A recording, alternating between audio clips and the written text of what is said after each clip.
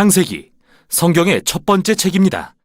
줄거리는 크게 두 부분으로 나누어지죠. 1장부터 11장까지는 하나님과 세상에 대한 이야기, 12장부터 50장까지는 하나님과 아브라함 그리고 그의 자손에 대한 이야기입니다. 12장 서두에 나오는 한 사건이 두 부분의 연결고리가 되어주는데요. 이 구성은 창세기가 전하는 자체적인 이야기와 이 책이 성경 전체의 이야기를 어떻게 시작하는지 알려주는 단서를 제공하죠. 창세기는 1장 2절에 기록된 대로 하나님이 혼돈과 어둠을 다루시는 이야기로 시작되는데요. 하나님은 이로부터 질서와 아름다움과 선함을 만들어내십니다. 생명이 번성할 수 있는 세상으로 말이죠. 하나님은 인간, 히브리어로 아담이라고 불리는 존재를 창조하십니다. 인간을 자신의 형상대로 만들고 그분의 세계에서 이에 맞는 역할과 목적을 갖게 하십니다. 인간은 하나님의 성품을 세상에 반영하기 위해 지어진 존재이고 하나님을 대신해서 창조 세계를 다스릴 권한을 받았습니다. 즉, 세상의 모든 잠재력을 활용하고 잘 돌보아 생명이 더욱더 번성하도록 할 임무를 맡은 것이죠. 하나님은 인간에게 복을 베푸십니다. 이게 바로 창세기의 핵심이죠. 하나님은 그들에게 한 동산을 주시고 그로부터 새로운 세상을 건설해 가게 하십니다. 즉, 인간에게 세상을 어떻게 지어나갈지 선택권을 주셨다는 것이 핵심인 거죠. 선악을 알게 하는 나무가 바로 이것을 의미하는데요. 여태까지 하나님은 선과 악을 직접 가르치고 정의해 주셨지만 이제 인간에게 존엄성과 선택의 자유를 주시는 겁니다. 과연 그들은 하나님이 정의하신 선악의 기준을 신뢰할까요?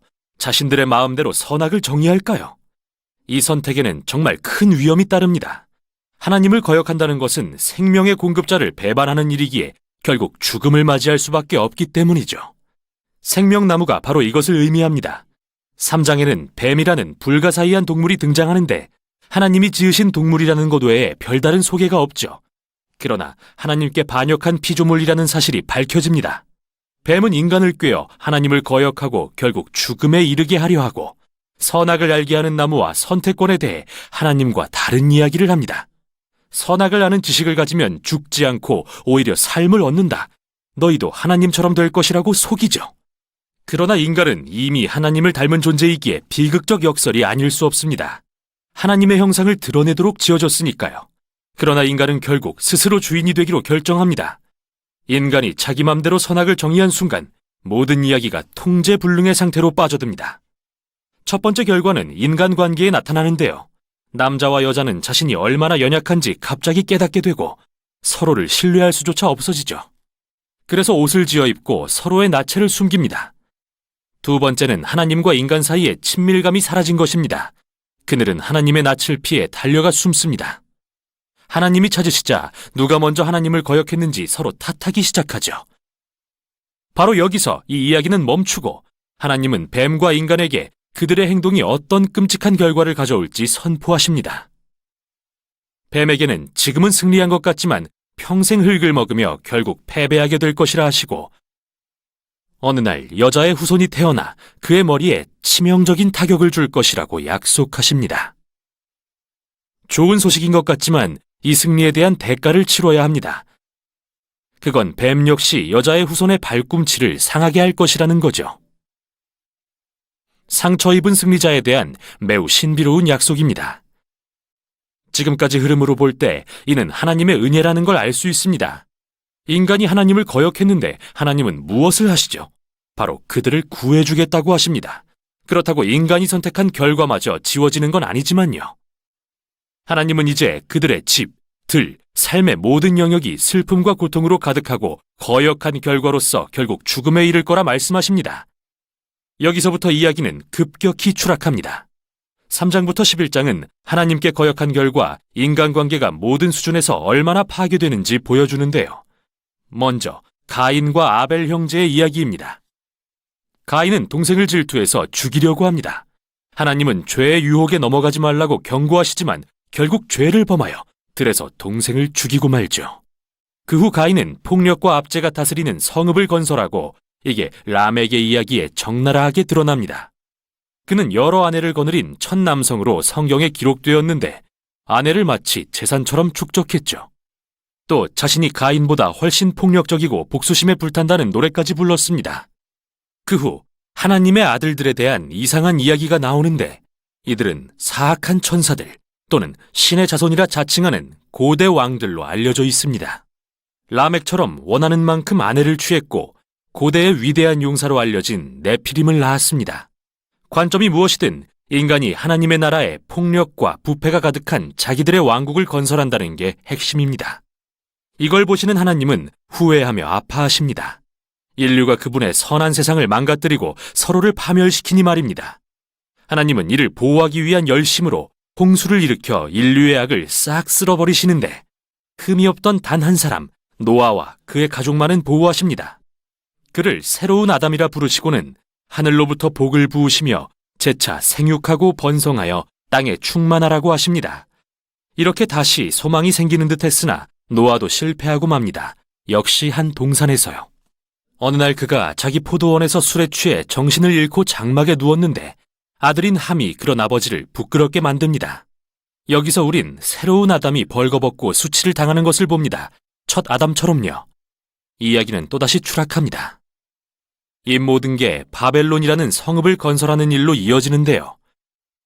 고대 메소포타미아 사람들은 벽돌을 만드는 새로운 기술을 이용해서 성읍과 탑을 이전의 어느 누구보다 크고 빠르게 짓게 되었습니다. 그들은 전에 없던 새 탑을 쌓고 꼭대기가 하늘에 닿게 하여 자신들의 이름을 알리려 합니다. 인간의 반역과 오만을 보여주는 장면이죠. 에덴 동산의 반역이 더 커진 것입니다. 하나님은 이들의 교만을 꺾고 온 지면에 흩어버리십니다. 지금까지 여러 이야기가 등장했는데 기본적으로 한 가지 공통점이 발견됩니다. 하나님은 인간에게 끊임없이 옳은 일을 할 기회를 주시지만 인간은 그걸 계속 망쳐버린다는 것이죠. 이 이야기들의 메시지는 우리가 선한 세상에 살지만 스스로 그것을 나쁘게 바꾸고 있다는 것과 선악을 마음대로 정의하기로 선택했다는 것입니다. 우리 모두가 세상에 깨어진 관계와 갈등, 폭력, 궁극적으로 죽음에 일조하고 있다는 말이죠. 그러나 소망은 있습니다. 하나님은 어느 날 여자의 후손, 상처 입은 승리자가 오셔서 악의 근원을 이길 거라 약속하셨습니다. 인류의 악함에도 불구하고 복을 베푸시고 세상을 구하기로 결정하신 하나님. 과연 하나님은 무엇을 하시려는 걸까요? 연결고리가 되는 다음 이야기에서 그 답이 공개됩니다. 여기까지 창세기 1장부터 11장이었습니다.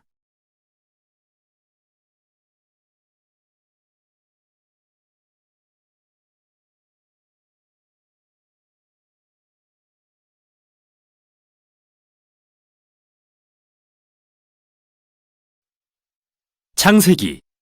우리는 첫 번째 비디오에서 1장부터 11장에 담긴 성경의 기본 줄거리를 보았습니다. 하나님은 만물을 창조하시고 자신의 형상대로 인간을 만들어 세상을 다스리게 하셨지만 인간은 죄와 반역을 선택하고 세상을 폭력과 죽음으로 물들이며 결국 바벨탑을 쌓다 흩어지죠. 하나님은 과연 세상을 어떻게 구속하시려는 걸까요? 궁금해지는데요. 바벨탑 사건 이후 창세기의 저자는 한 사람의 족보를 따라가기 시작합니다. 아브람, 후에 아브라함으로 알려질 사람이죠.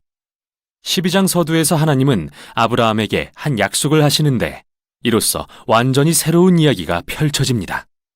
하나님은 아브라함에게 고향을 떠나 언젠가 그의 소유가 될 가나안으로 가라고 하십니다.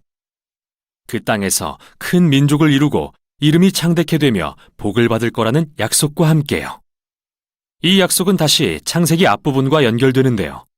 바벨은 오만하게도 자신들의 이름을 드러내려 했지만 결국 뜻대로 되지 않았죠. 그런데 자비의 하나님은 별 볼 일 없는 아브라함을 불러 이름을 창대케 하겠다 하십니다. 아브라함에게 주시는 이 복은 하나님이 맨 처음 인류에게 주셨던 복을 떠올리게 하는데요.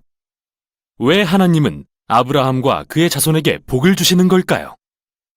그분의 약속 맨 마지막에 답이 있습니다. 땅의 모든 족속이 너로 말미암아 복을 얻을 것이라. 이게 성경에 남은 모든 이야기를 이해하는 열쇠입니다. 하나님은 아브라함의 자손을 통해 반역한 인류를 구원하고 복을 베풀기로 계획하신 거죠.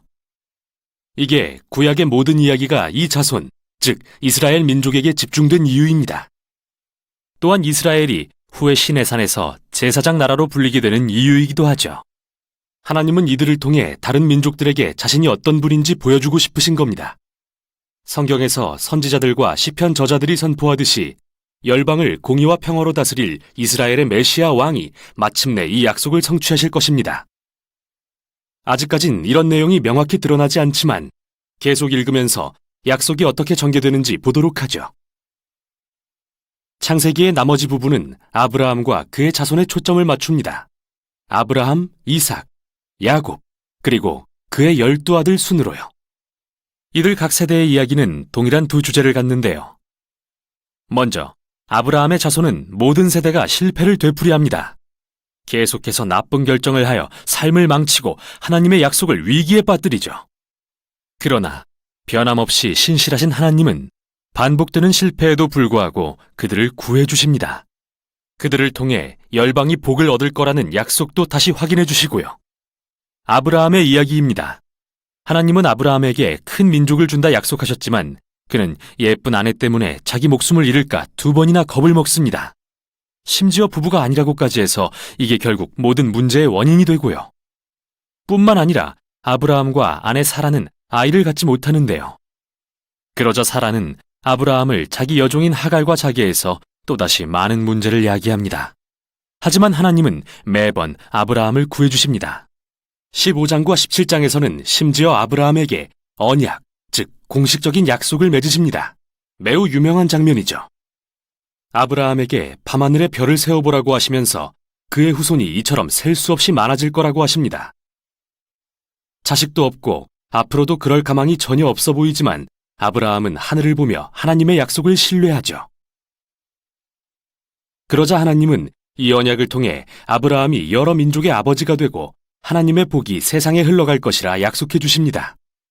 하나님은 아브라함에게 언약의 증표로 가문의 모든 남자아이에게 할례를 베풀라고 명하시는데요.